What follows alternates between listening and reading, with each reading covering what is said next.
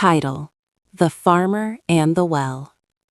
In a quiet corner of the countryside, far away from noisy cities and crowded markets, there lay a peaceful village called Sundarpur.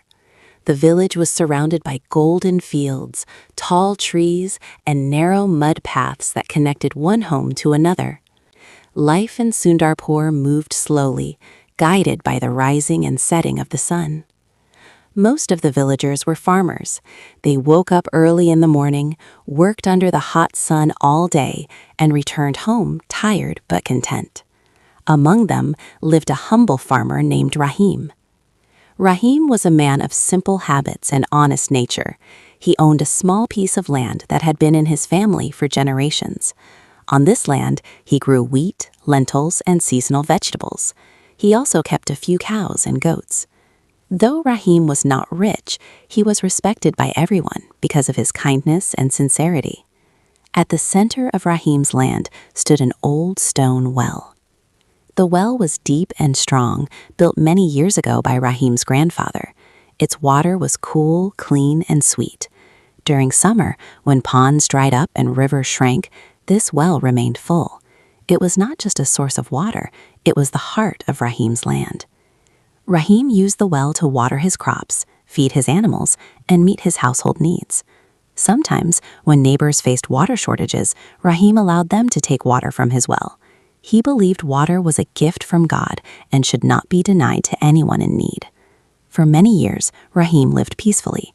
But fate, as it often does, decided to test him. The year of hardship. One year, the rains failed. The sky remained clear for months, and the earth cracked under the burning sun. Crops began to wither, and farmers grew anxious. Rahim tried his best to save his crops by using water from the well, but the land was large, and the water was limited. Soon Rahim's wheat crop failed.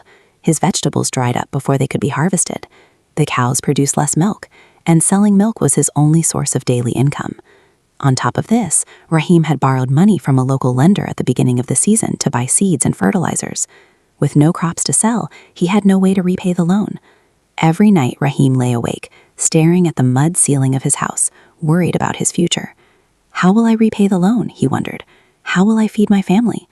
Days passed, and the lender began to visit him frequently, demanding repayment. Though the lender was not cruel, he was firm. Rahim, he said one day, I understand your situation, but I also have responsibilities. If you cannot repay the money soon, I will have to take action. Rahim felt helpless. After much thought, he made the hardest decision of his life. He decided to sell his land. The arrival of the merchant. News of Rahim's decision spread quickly. Land was valuable, especially land with a well. Soon buyers began to show interest. One afternoon, a wealthy merchant named Kamal Shah arrived in Sundarpur. Kamal Shah was known in nearby towns for his clever business skills. Some admired him for his intelligence, while others feared him for his sharp tongue and greedy nature. Kamal Shah examined Rahim's land carefully. He walked around the fields, tested the soil, and finally stood beside the well. As he peered into its depths, his eyes gleamed with interest. This well is priceless, he thought. With this water, this land will never dry. He approached Rahim and spoke politely. I hear you want to sell your land, Kamal Shah said. Yes, Rahim replied sadly. I have no other choice. Kamal Shah pretended to think for a moment. Then he said, I will buy your land at a fair price. Rahim felt relieved. Thank you, he said. That will help me repay my debts. But then Kamal Shah added, however, I will buy only the land, not the well. Rahim was confused. What do you mean? He asked.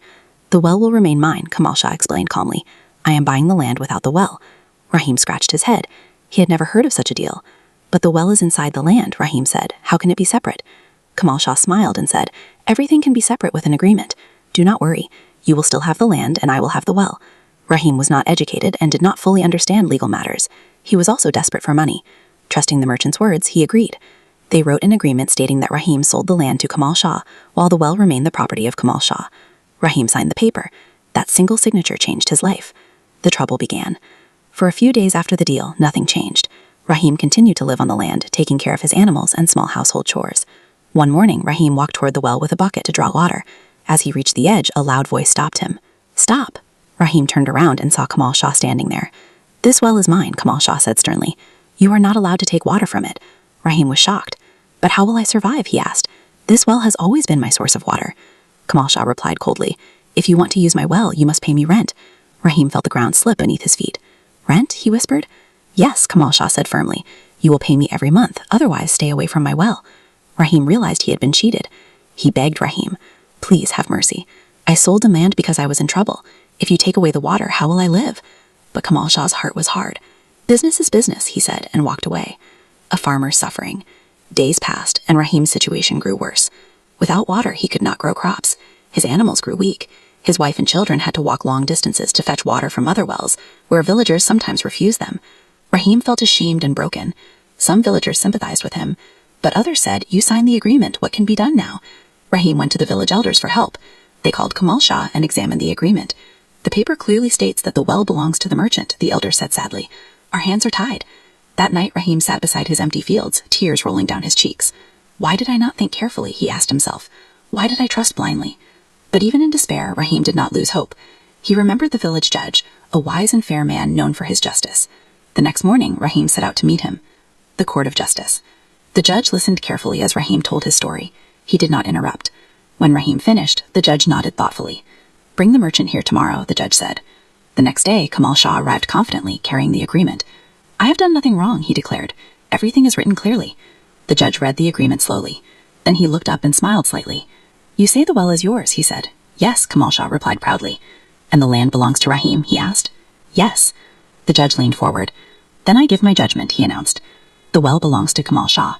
However, since the well is located on Rahim's land, Kamal Shah must either remove the well immediately or pay Rahim rent for keeping it on his land. The courtroom fell silent. Kamal Shah's face turned pale. Remove the well, he stammered. That is impossible. Then you must pay rent, the judge replied calmly. Kamal Shah realized he had trapped himself with his own greed. He bowed his head and apologized to Rahim. I was wrong, he said. Please forgive me. A lesson learned. In the end, Kamal Shah returned the well to Rahim and cancelled the unfair agreement. Rahim repaid his debts and slowly rebuilt his life. The rains returned the next year. Crops grew again and Rahim's land flourished. From that day onward, Rahim became wiser. He taught his children and fellow villagers. Never sign an agreement without understanding it. Greed may win for a moment, but justice always wins in the end. And so the old well continued to provide water, not just for Rahim, but as a reminder to the entire village. Moral of the story. Greed leads to downfall, and wisdom always defeats deceit. Always understand agreements before trusting words.